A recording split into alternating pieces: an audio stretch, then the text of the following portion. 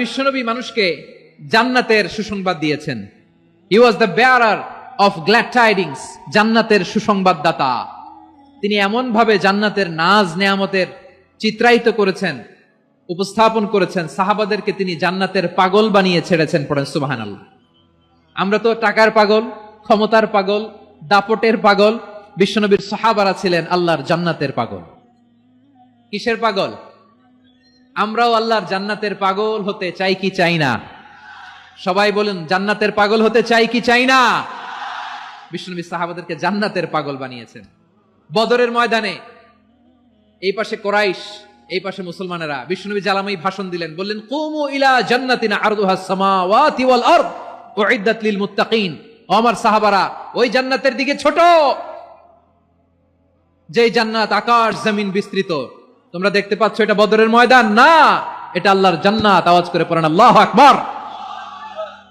বিশ্বনবী বললেন, ছোট ওই জান্নাতের দিকে, যে জান্নাতের বিস্তৃতি আকাশ জমিন বিস্তৃত।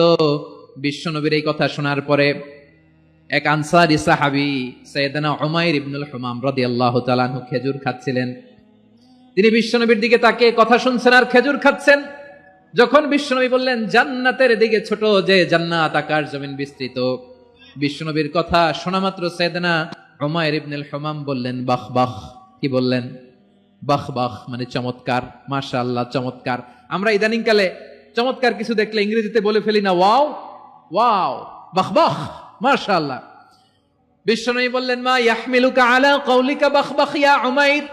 ও উমাইর, আমার এই কথা শুনে তুমি কেন বললা বাহ বাহ, চমৎকার চমৎকার কেন বললা?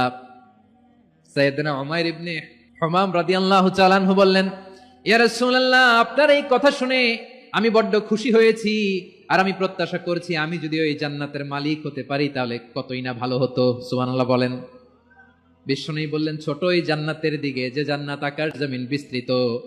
আপনার এই চমৎকার মুখনিসৃত কথা শুনে আমার হৃদয়ের মধ্যে জান্নাতি হওয়ার বাসনা জেগে উঠলো, এজন্য বলেছি বাহ বাহ, আমি যদি ওই জান্নাতে যেতে পারতাম কতই না ভালো হতো।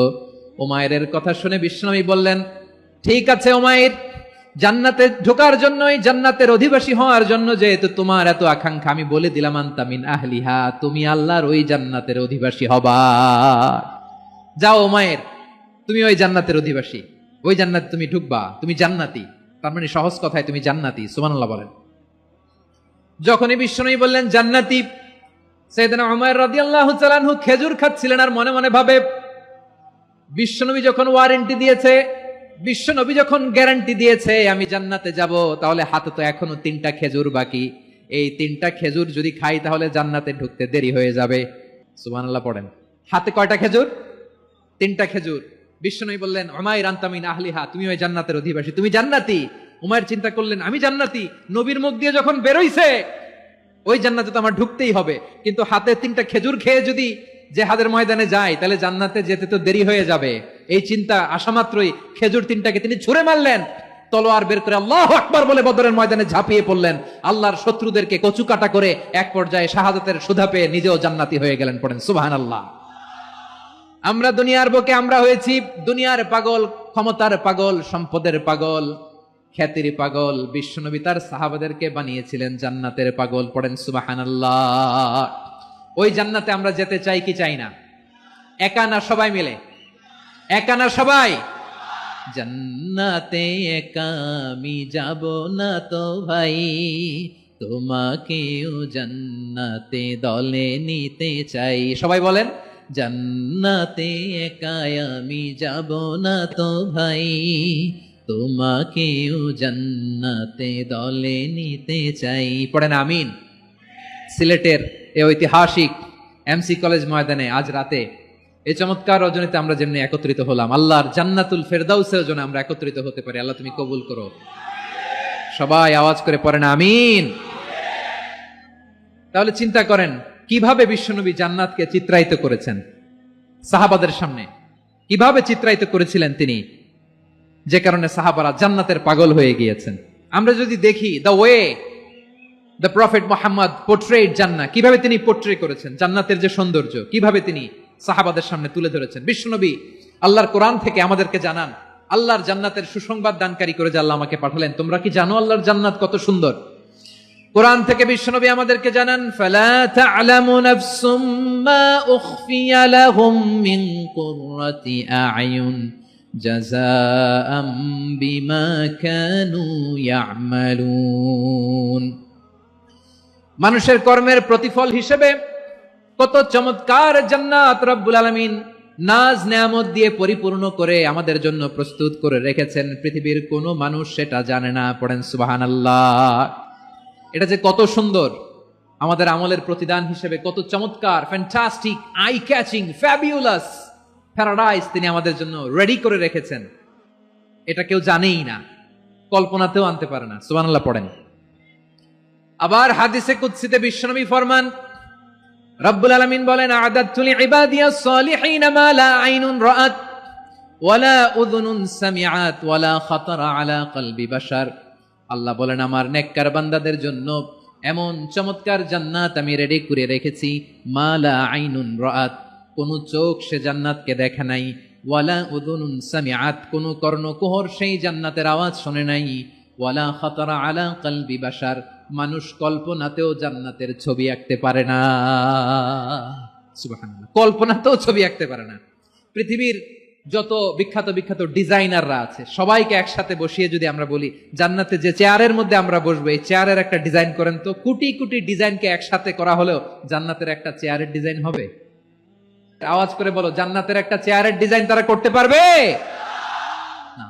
কেমন জান্নাতে আমরা যাব? বিশ্বনবী কিভাবে জান্নাতকে আমাদের সামনে চিত্রায়িত করেছেন, পোট্রে করেছেন। তিনি বলেছেন, জান্নাতীরা যখন জান্নাতে ঢুকবে, ফেরেশতারা জান্নাতীদেরকে বলবে, ওয়া ইন্না লাকুম আন তাসিহু ফালা তাসকামু আবাদা। ও জান্নাতীরা, তোমরা আজীবন সুস্থ থাকবা, কোনোদিন অসুস্থ হবা না। সুবহানাল্লাহ বলেন। আচ্ছা, আজকের এই মাহফিলে যারা এসেছেন কোনোদিন অসুস্থ হন নাই, এরকম কে কে আছেন? হাত তোলেন তো দেখি। ওই যে হাত তুলছে, পাওয়া গেছে, চিরসুস্থ। তোমরা কোনোদিন অসুস্থ হও নাই? অসুস্থ হও নাই? তা তুমি আর জান্নাতে যে কি করবা? তুমি তো জান্নাতেই আছো। তাইলে ফেরেশতারা বলবে, ওয়া ইন্না লাকুম আন তাসিহু ফালা তাসকামু আবাদা। এটা এমন জান্নাত, চিরকাল সুস্থ থাকবা, কোনোদিন অসুস্থ হবা না। সুবহানাল্লাহ বলেন। ওয়া ইন্না লাকুম আন তাহইয়াউ ফালা তামুতু আবাদা। তোমরা অমর হবা, মৃত্যু তোমাদের স্পর্শ করবে না। সুবহানাল্লাহ। অমর হওয়ার জন্য আমরা কত কিছু করি। জান্নাতে গেলে অমর হওয়া যাবে, ঠিক কিনা বলেন? তোমরা চিরকাল বেঁচে থাকবা, তোমরা আর মরবা না। ওয়া ইন্না লাকুম আন তাশিব্বু ফালা তাহরামু আবাদা। তোমরা চির যুবক থাকবা, আর বার্ধক্য তোমাদের স্পর্শ করবে না। সুবহানাল্লাহ বলেন। এই দুনিয়ার সুখ আনন্দকে নষ্ট করে দেয় বার্ধক্য। মানুষ বুড়ো হতে চায় না। দেখবেন যে দাড়ি যার একটু সাদা হয়ে গেছে, কত ভাবে ওইটার একটু লুকিয়ে রাখার ট্রাই করে, আছে না নাই?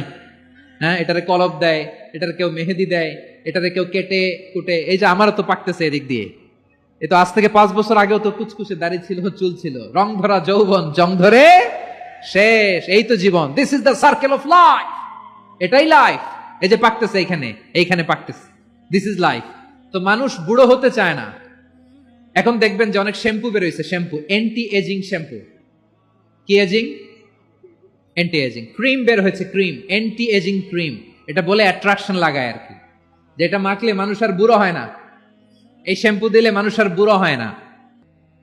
ভারতের একজন ধনকুবের আছে, নাম শুনেছেন না? মুকেশ আম্বানি।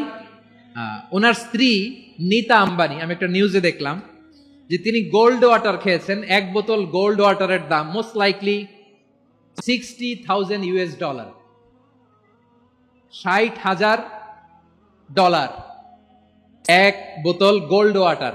কেন? এটা খেলে বার্ধক্যের ছাপ নাকি চেহারায় লাগে না। কিন্তু মানুষ যতই বয়স ধরে রাখতে চাক এই দুনিয়ার জামিনে, সে কি তার বয়স লুকাতে পারে? আমার কলিজা টুকরা সিলেট, আওয়াজ করে বলেন, এই দুনিয়ার জীবনে বয়সকে ধরে রাখা যাবে? আপনি অমর হবেন জান্নাতে, চির সুস্থ হবেন জান্নাতে। আপনি যদি চির যৌবন থাকতে চান, চির যুবক, এটা পাবেন জান্নাতে। সুবহানাল্লাহ বলেন। ওই জান্নাতে আপনি যেতে চান তো? চান? এভাবে বিশ্বনবী উম্মতের সামনে জান্নাতকে চিত্রায়িত করেছেন, পোট্রে করেছেন। এজন্য বিশ্বনবীর বৈশিষ্ট্য দিয়েছেন আল্লাহ তাআলা মুবাশশিরাম বিল জান্নাহ। নবী হে, আপনি জান্নাতের সুসংবাদদাতা। আওয়াজ করে পড়তে হবে, আল্লাহ